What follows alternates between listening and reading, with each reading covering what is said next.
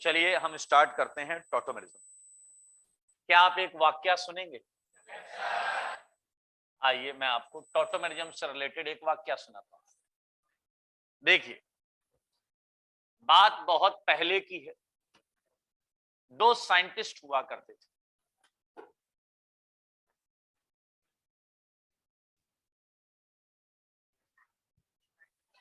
एक है फ्रैंकलैंड और एक है डुप्पा। सही है या नहीं? समय के साथ लोग इन्हें भूलते जा रहे थे और ये वैसे एक दूसरे के कॉम्पिटिटर है, एक दूसरे को बिल्कुल पसंद नहीं करते। समय के साथ साथ लोग इन्हें भूलते जा रहे थे तो इनके अंदर, हाँ बेटा, आवाज कम आ रही है। हाँ एक्चुअली ये मैंने यहां लगा दिया। अभी ठीक है?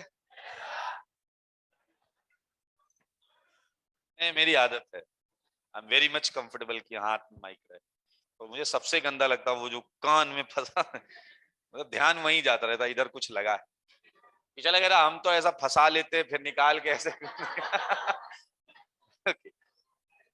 हाँ, ये फ्रैंकलिन ए डुप्पा साइंटिस्ट और एक दूसरे के कॉम्पिटिटर।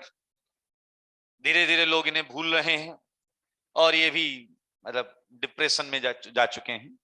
फिर एक दिन फ्रैंकलिन ने सोचा अब जीवन में कुछ नहीं बचा है। समझ रहे हैं? ध्यान से सुनिए। और ये निकल पड़ा घर से। शाम के टाइम थोड़ा सा मौसम अच्छा हो रहा था। ये शाम के टाइम निकल गया और समंदर के किनारे बीच पर टहल रहा था। पीछे लग रहा किनारे टहल रहा था या बीच में टहल रहा था।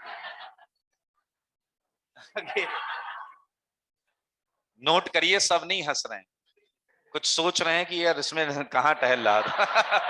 ओके, टहल रहा था और चलता चला जा रहा था। हाथ में थी उसकी बोतल पानी की, ऐसे ऐसे लहराते हुए अचानक उसका पैर किसी कंपाउंड से टकराया।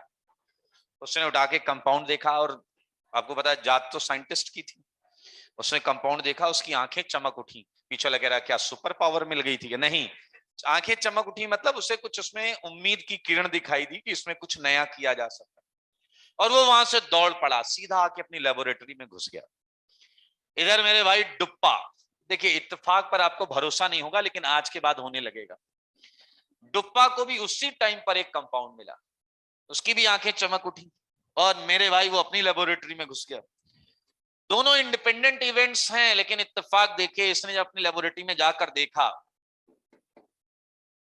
उस कंपाउंड का फॉर्मूला था C6H10O3। उधर डुप्पा ने भी उसका फॉर्मूला चेक किया, वो था C6H10O3।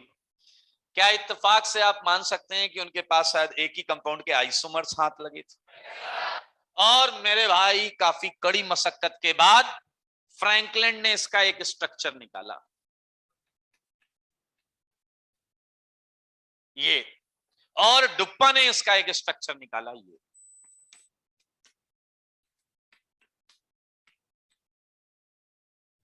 सारे देख लो, ईस्टर है, उधर भी ईस्टर है। इधर कीटोन है लेकिन इधर एल्कोहल है। इधर कार्बन कार्बन सिंगल है लेकिन इधर कार्बन कार्बन एक डबल। फ्रैंकलिन ने ये स्ट्रक्चर निकाला एक्सपेरिमेंट करके और इसने ये निकाला। और फ्रैंकलिन बड़ा उत्साहित है। फ्रैंकलिन को क्या लग रहा है कि डुप्पा खाली बैठा है? डुप्पा को क्या लग रहा है? फ्रैंकलिन खाली बैठा है, अपन काम कर रहे हैं, हाँ या ना? तो जैसे ही देखिए एक ही टाइम पर दोनों का एक्सपेरिमेंट कंप्लीट हुआ, दोनों एक ही टाइम पर अपनी अपनी लेबोरेटरी से निकलते हैं और दोनों एक ही टाइम पर एक दूसरे को फोन करते हैं। फोन इंगेज जा रहा है, एक ही टाइम पे करोगे तो इंगेज जाएगा। वो चाह रहे जल्दी से मैं उसे बताऊं और उसे बताऊं कि मैंने एक नया कंपाउंड ढूंढा है, तुम खाली बैठे हो, देखो मैंने एक नया एक्सपेरिमेंट किया।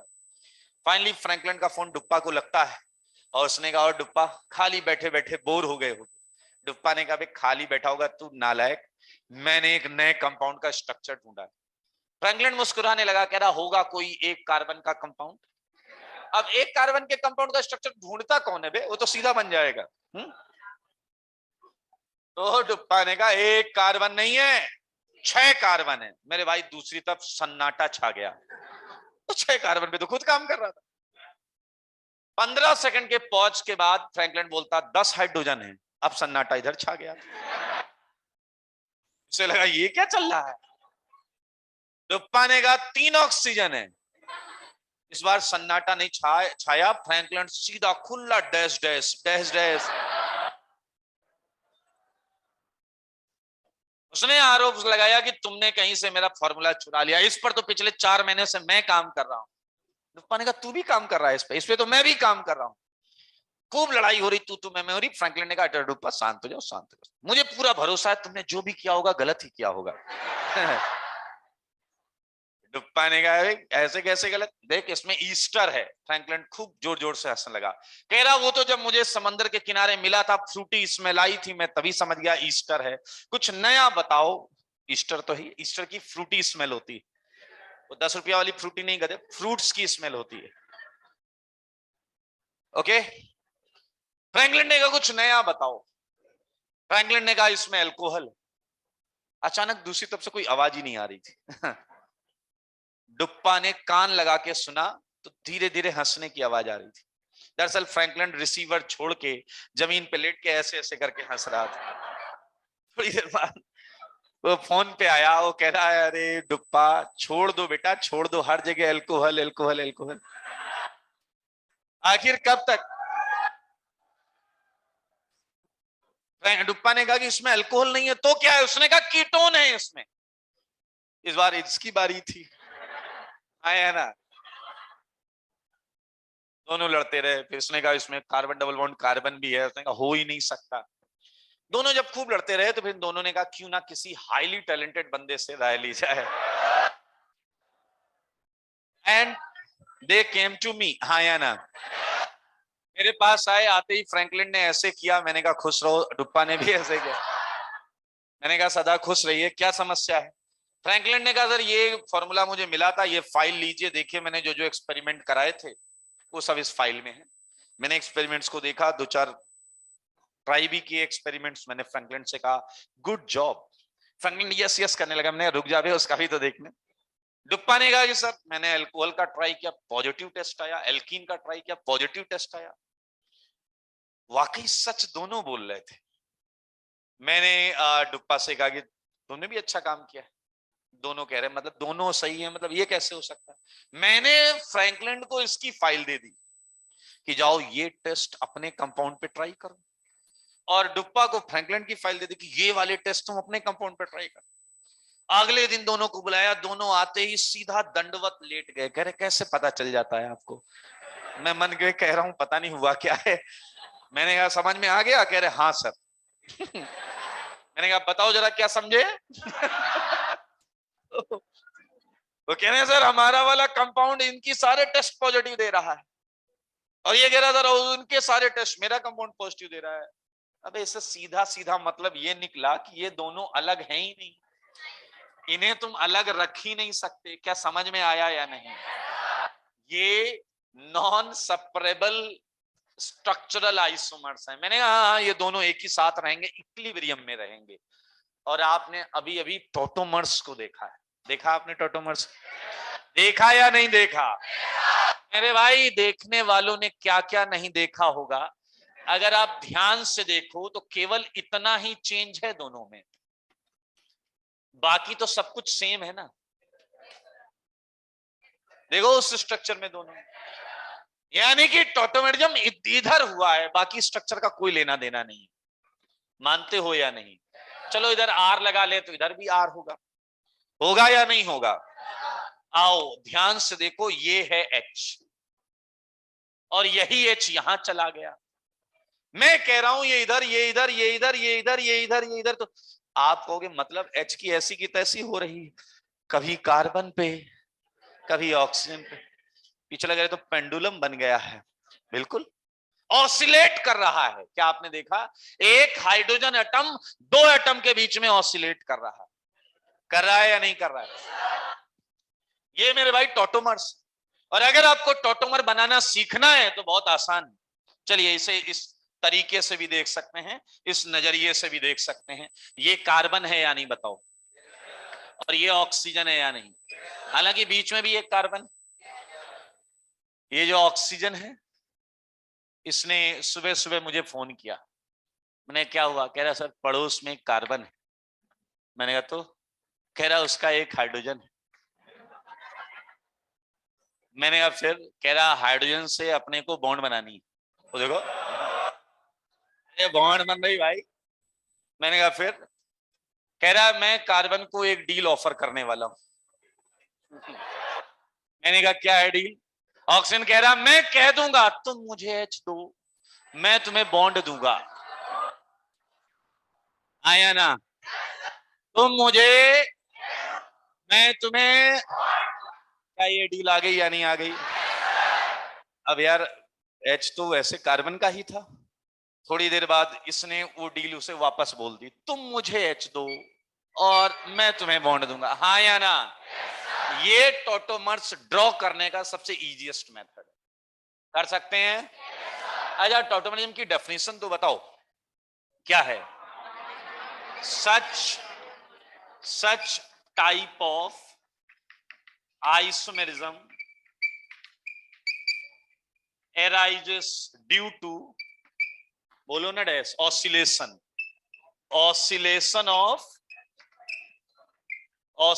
Of monovalent atom. मानते हो या नहीं? Monovalent H atom, H atom के ऑसिलेशन से ऐसे आइसोमेरिज्म क्रिएट होती है। ओके ये एग्जांपल लिखा है 1 and 2। देखें 1 and 2 are known as tautomers। और क्या आपको पता है 1 and 2 are in dynamic equilibrium?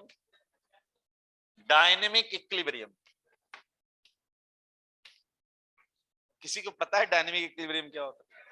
हाथ उठाओ जो बताना चाहता है। 4 लोग हैं केवल, बाकी कोई नहीं बताना चाहता।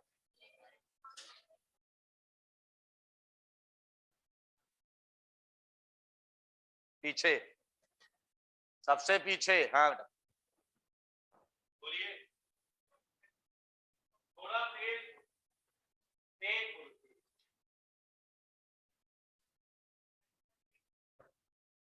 दोनों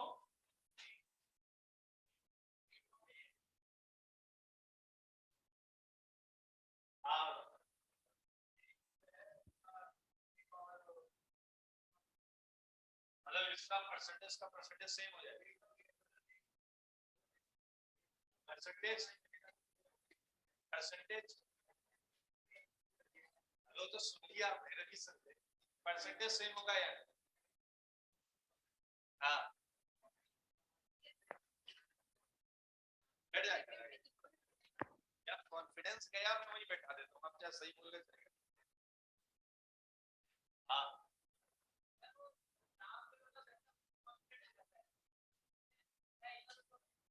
रिएक्शन के लिए मैं गधे बोल रहा हूँ डायनेमिक, और तू कह रहा रिएक्शन नहीं है। बात उठा रहा लाई ले रहा गधा के जाओ। इनके परसेंटेज क्या हो? सेम या अलग? अच्छा प्रयास है, अभी बात कर। आप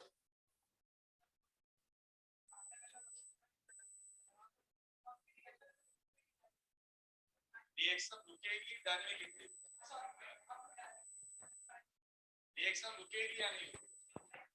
चलती रहेगी, थोड़ी थोड़ी होगी। ऐड मत करो अपनी तरफ। हाँ बताइए। हाँ परसेंटेज। हाँ बताइए। हाँ बताइए। ये एक दूसरे में कंटिन्यूअसली कन्वर्ट होते रहेंगे। एक और जो परसेंट है वो कुछ भी हो सकता है, मतलब जहाँ पे एक डायनेमिक इक्विलिब्रियम आएगा जिस परसेंट पे उस पर। ठीक है सही आंसर मिला है आपका भी सही। अरे भाई अगर कोई गधा कह रहा था रुक जाएगी, कोई इधर बोला था रिएक्शन चलेगी ब्रेक लग जाएगा, और आपका भी सही। रेट तू गधा होता क्या है भैया, ध्यान से, और सर पे बोझा लेके मत समझो। हाँ, सर पे बोझा लेके मत समझो, बहुत सिंपल है। किसी भी चीज का परसेंटेज रिवर्सिबल रिएक्शन में तभी सेम होगा जब वो चीजें सेम हो। नहीं समझ में आएगा क्या? इसकी डिजाइन अलग है या नहीं? तो गधे स्टेबिलिटी अलग है, स्टेबिलिटी अलग है तो परसेंटेज अलग ही होगा। मेरे भाई, डायनेमिक इक्विलिब्रियम वो होता है जिस टाइम पर जितने रिएक्टेंट प्रोडक्ट में गए हैं उतने ही प्रोडक्ट रिएक्टेंट में आ जाए। समझ में आया? मान लेते हैं ये 60% था और ये 40% था। उस समय अगर इक्विलिब्रियम आ गया और मान लेते हैं दो कीटोन उठ के, दो ये उठ के इसमें गए हैं, तो उसी समय पर दो इसके इधर चले गए, तो रिएक्शन हमेशा चलती रहेगी। ये इधर ये इधर ये इधर आता ही रहेगा, लेकिन परसेंटेज कांस्टेंट हो जाएंगे और वो सेम नहीं होंगे ऑब्वियसली, क्योंकि ये अलग अलग कंपाउंड्स। समझ में आया या नहीं? तो मेरे भाई, डायनेमिक इक्विलिब्रियम का मतलब कीटो का एक सर्टेन इसका फर्स्ट का एक सर्टेन परसेंटेज होगा, सेकंड का एक सर्टेन परसेंटेज होगा। हाँ, और इक्विलिब्रियम का मतलब आपको पता है, अभी समझ में आ गया आपको।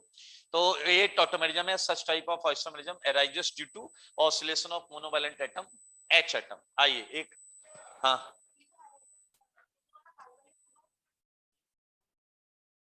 यहां पर नहीं, कुछ भी होगा, अभी हम उस पर बात ही नहीं कर, नहीं उसकी बात ही छोड़ दो ना। यहाँ एक एच हो, तीन एच हो, एक कम से कम एच चाहिए, वो उससे रिलेट नहीं कर रहा हूं मैं, अलग हो गया, हट गया वो, आर वार लगा लिया, अलग है। हाँ,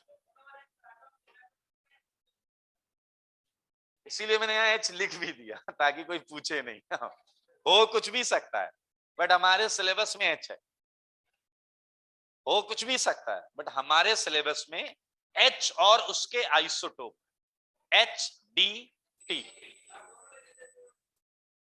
क्या मोनोवैलेंट ही तो है एच? अच्छा अच्छा, ठीक है। एच डी टी हाइड्रोजन और उसके आइसोटोप, ये हमारे सिलेबस में। क्लोरीन भी करता है, ठीक है, बट हमारे सिलेबस में नहीं। आइए एक एक छोटा, अब थोड़ी देर मुझे दे दें। Look at example. ये बड़ा अच्छा क्वेश्चन है, मैं कई जगह पर इस तरीके से टॉटोमेरिज्म स्टार्ट करता हूँ, फ्रैंकलिन डुप्पा से नहीं स्टार्ट करता हूँ। बहुत आराम, उसी चीज को मैं क्वेश्चन की लैंग्वेज में डालता हूँ। फॉलोइंग ऑब्जर्वेशन, बहुत ध्यान से देखना, is found for compound C6H10O3। बहुत आराम से देखना, ये एक अलग तरीका है क्वेश्चन, ऐसा एडवांस में मेंस में पूछा जा सकता है, ये ऐसे पूछा भी जाना चाहिए। देखिए, टॉटोमेरिज्म पूछने का तरीका ही अलग है। देखना क्या क्या ऑब्जर्वेशन मिलता है। पॉजिटिव टेस्ट फॉर ईस्टर, ठीक है, ये कंपाउंड ईस्टर का पॉजिटिव टेस्ट देता है, मतलब क्या हुआ, ईस्टर मौजूद है, ठीक है। अनसैचुरेशन टेस्ट, पता है unsaturation test? Double bond unsaturation test, मतलब कार्बन डबल बॉन्ड कार्बन मौजूद। क्लियर? आइए जरा, positive test for ketone, ketone confirm, C double bond, and positive test for alcohol. सही है, एक कंपाउंड ये टेस्ट दे रहा है, वो कंपाउंड का फॉर्मूला उधर लिखा है। अब मैंने लिखा comment on compound, comment on compound. अब जरा आप बुद्धि लगाओ, ध्यान से क्वेश्चन देखो, इसी में सब आंसर है। ये किस चीज का पॉजिटिव टेस्ट दे रहा है? क्या आपको पता है ईस्टर ये होता है? क्या आपको पता है अनसैचुरेशन मतलब ये होना, कम से कम ये होना चाहिए। कीटोन मतलब सी डबल बॉन्ड, एल्कोहल मतलब OH। बवाल समझ में आया कि नहीं? फॉर्मूला क्या है? C6H10O3, इसका डबल बॉन्ड इक्विवेलेंट निकालो। डिग्री ऑफ अनसैचुरेशन बोलते होंगे आप, या डीबी बोलते होंगे, क्या आ जाएगा बताओ?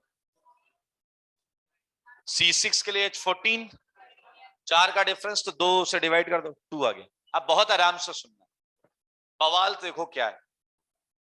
सारे टेस्ट देखो, 1 डबल 2 डबल 3 डबल, ये तो 2 ही आ रहा है। समझ में आया? 1 2 3 4, ये क्या बवाल है? 3 ही ऑक्सीजन है और ये 4 ऑक्सीजन का टेस्ट कैसे दे सकता है प्रोजेक्ट?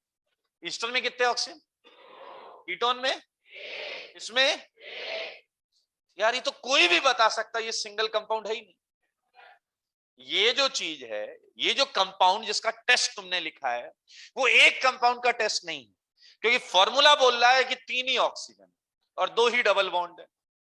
और ये सारे टेस्ट क्या बोल रहे हैं, 4 ऑक्सीजन है और 3 डबल। ऐसा कैसे हो सकता है?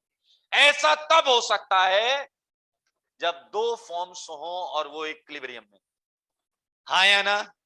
चलो पकड़ते हैं, 3 ऑक्सीजन 2 डबल, ये ले लो, और 1 ऑक्सीजन और लो, ये ले लो, तो 3 ऑक्सीजन और 2 डबल आ गए। मुंह से बोलो। एक फॉर्म ये हो गई। दूसरी पकड़ते हैं, ये ले लो, ये ले लो, ये ले लो, 3 ऑक्सीजन 2 डबल हो गई। हाँ या ना? मेरे भाई I think it's quite easy. 1 and, और क्या था बताइए, थर्ड, ये वाली फॉर्म, और इधर आ जाएगा 1 सेकेंड एंड फोर्थ। क्या उधर स्ट्रक्चर लिखे हुए? वही तो बनाने हैं अपने को, कर लोगे?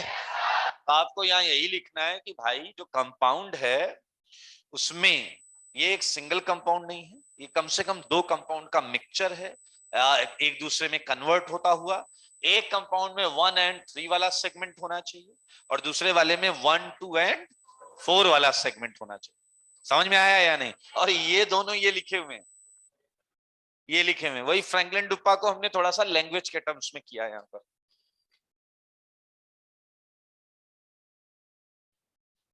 समय बता देना है या हो गया है? बस फिर तो कर ले। हाँ बेटा, हाँ हम ट्रिपल भी ले सकते हैं, कुछ भी। कौन बोल रहा था? ट्रिपल भी कुछ भी ले सकते हैं, बट इस फॉर्मूले में और कुछ सेट नहीं हो रहा है। आप ट्रिपल लोगे तो फिर तो सेट ही नहीं होगा कुछ। फॉर्मूला पता है इसलिए। आओ जरा कुछ बताता हूं आपको। टाइप ऑफ टॉटोमेरिज्म, ठीक है? हाँ बेटा, खड़े होकर बोलो। पहले ये प्रॉब्लम समझ में आई कि तुम्हारा कंपाउंड में 2 डीबी 3 ऑक्सीजन है, और ये टेस्ट बोल रहा है 4 ऑक्सीजन एंड 3 डीबी। तो ये एक कंपाउंड में तो हो ही नहीं सकता, यानी कि 2 कंपाउंड्स हो सकते हैं। अब वो 2 कंपाउंड ढूंढो ना जिसमें 3 ऑक्सीजन हो और 2 डीबी। तो एक 1, इसमें देख कितने ऑक्सीजन है, और 1 डीबी, इसके साथ ये ले ले तो 3 ऑक्सीजन 2 डीबी। अब दूसरा कॉम्बिनेशन क्या है, ये 3 ऑक्सीजन 2 डीबी, वही लिखा है। टाइप्स ऑफ टॉटोमेरिज्म, अभी जो किसी ने पूछा था वही है, यहां पर देखें जरा।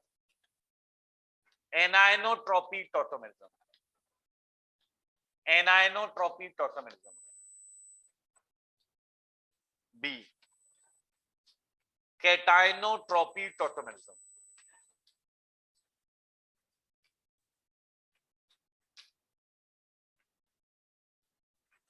लुक एट बोर्ड, इसका इसका क्या मतलब हुआ, नाम पढ़ो। एनायन, इसका अगर वो ऑसिलेटिंग एटम एनायन है तो टॉटोमेरिज्म क्या हो गई, और अगर ऑसिलेटिंग एटम क्या है तो क्या हो गया? मेरे भाई बहुत सिंपल है, if oscillating atom is anion. अब मजेदार चीज क्या है, इसका एक एग्जांपल मैं आपको दे देता हूं। इसे लिखना है और लिख के भूल जाना है।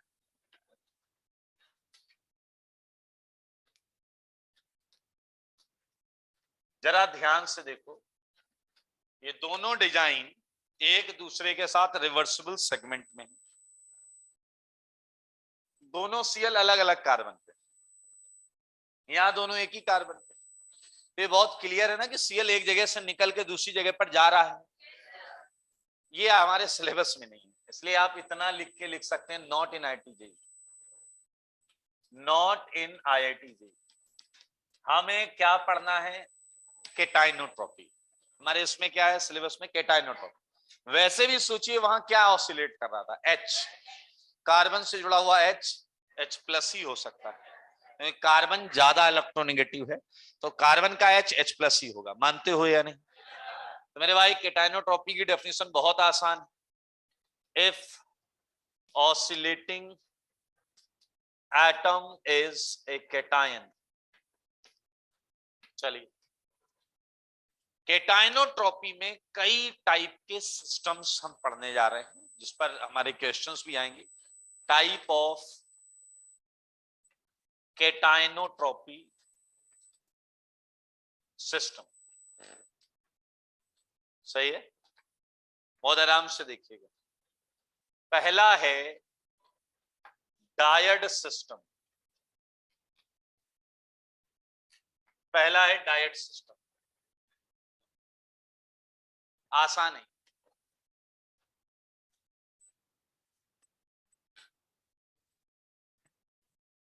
दूसरा है ट्रायड सिस्टम। आप खुद समझ जाएंगे। देखिए जरा, इसे देखिए क्वेश्चन को। अगर मैं इस कार्बन को बोलूं, अगर मैं इस कार्बन को बोलूं 1, तो ये क्या हो गया? ये क्या हो गया? 1 2। ये ट्रायड है, triad. When atom oscillate between 1 2 3, 3 2 1, 1 2 3, 3 2 1, 1 2 3, 3 2 1. Now guess for diode. 1 2 2, 2 2 1, 1 से 2 आया ना? बहुत आसान है। डायड सिस्टम में when atom oscillates between atom number 1 2 2 and 2 2 1। सही बात है या नहीं? अब आप डेफिनेटली इसका एग्जाम्पल चाहेंगे कि एग्जाम्पल दिखाइए। बिल्कुल बताएंगे एग्जाम्पल। आइए देखिए जरा एग्जाम्पल। मैंने भाई डायड के 2 ही एग्जाम्पल बताऊंगा, और अगर डायड का क्वेश्चन आएगा तो इन्हीं में से आएगा, और कोई एग्जाम्पल ही नहीं है। ठीक है? आपने एससीएन सुना? एससीएन। आज आपको आश्चर्य होगा ये जानकर कि एससीएन टॉटोमेरिज्म करता है, और ये आइसोसाइनाइड के साथ इक्विलिब्रियम में HNC।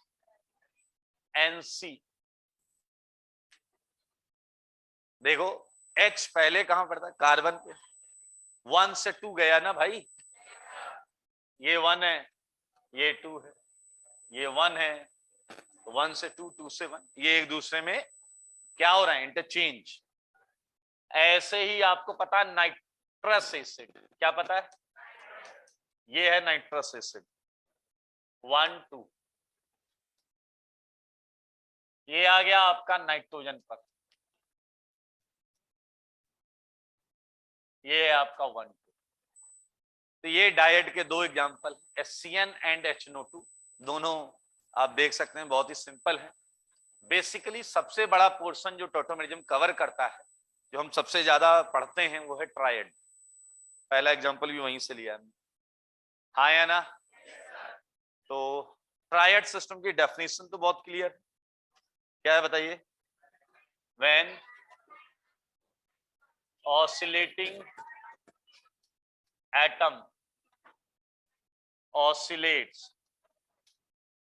between atom number 1 2 3 and 3 2 1। मैं ऐसे लिखूं 1 2 3। कुछ बच्चे ऐसे लिखते हैं कॉपी में 1 2 3 and 3 2 1।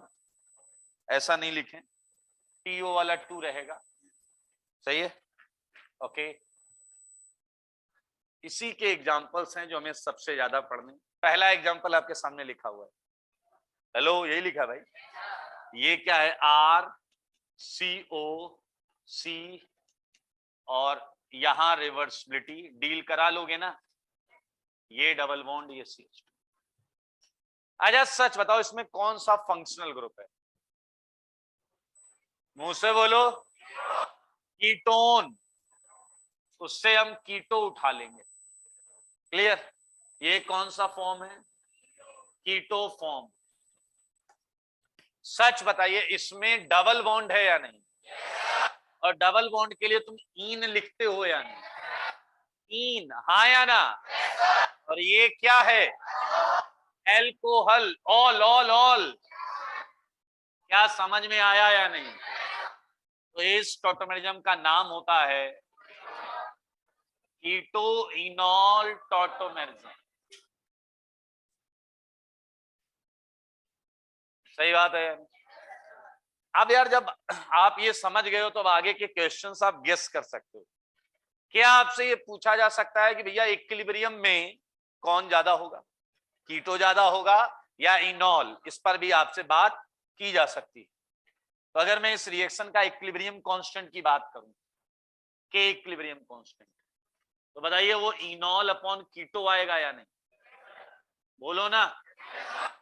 अब अगर इनॉल का परसेंटेज ज्यादा तो के इक्विलिब्रियम ग्रेटर देन 1, और कीटो का ज्यादा तो लेस देन। अब ये कैसे पता करें कि इनॉल ज्यादा है या कीटो ज्यादा? पूरी केमिस्ट्री में रिवर्सिबल रिएक्शन, मेरे शब्दों को पकड़ा करिए मैं जो कुछ बोलता हूं, पूरी केमिस्ट्री में रिवर्सिबल रिएक्शन का फंडा बड़ा सिंपल होता है। रिएक्शन उधर ही ज्यादा जाती है जिधर ज्यादा स्टेबल चीज हो। अच्छा, ये केवल रिवर्सिबल में होता है, केवल रिवर्सिबल में। अब आपको ऐसा क्यों? इरिवर्सिबल रिएक्शन का फंडा कुछ और होता है। एक छोटा सा एग्जांपल लेता हूं और क्लास खत्म करता हूं।